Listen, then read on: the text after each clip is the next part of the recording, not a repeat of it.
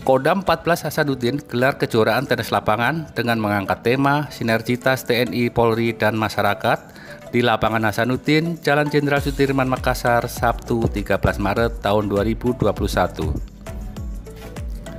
Kejuaraan tenis lapangan tersebut memperebutkan total hadiah 60 juta rupiah dan trofi dengan piagam penghargaan. Hari ini, Sabtu 13 Maret tahun 2021, merupakan penutupan kejuaraan tenis lapangan yang mana sudah berlangsung sejak 11 Maret tahun 2021 yang lalu.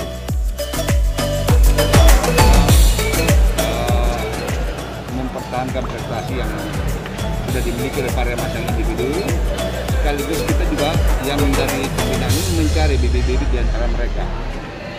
Pada masa pandemi ini, kita tahu bahwa pertandingan mulai dari awal sampai akhir itu protokol kesehatan diperketat.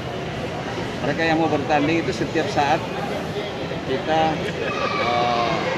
cek antigen. Nah, begitu juga penyelenggara. Nah, inilah bahagian dari kegiatan. Artinya pada masa pandemi ini bisa kita menyelenggarakan kegiatan itu, tapi jangan sampai menjadi klaster. Terus tim apa saja Pak yang ikut dalam turnamen tenis yang dilakukan?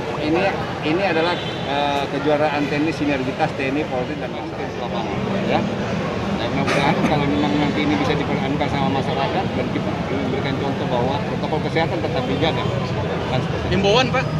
Ya, himbauan kepada seluruh masyarakat bahwa aktivitas olahraga tidak terhenti, tetapi protokol kesehatan menjadi utama. Karena keselamatan masyarakat itu menjadi kunci. Ya. Pak, apakah nanti ada atlet yang bakalan diikutkan dalam Porprov atau? Ya, nanti mereka-mereka yang bertanding ini kan kita sudah catat.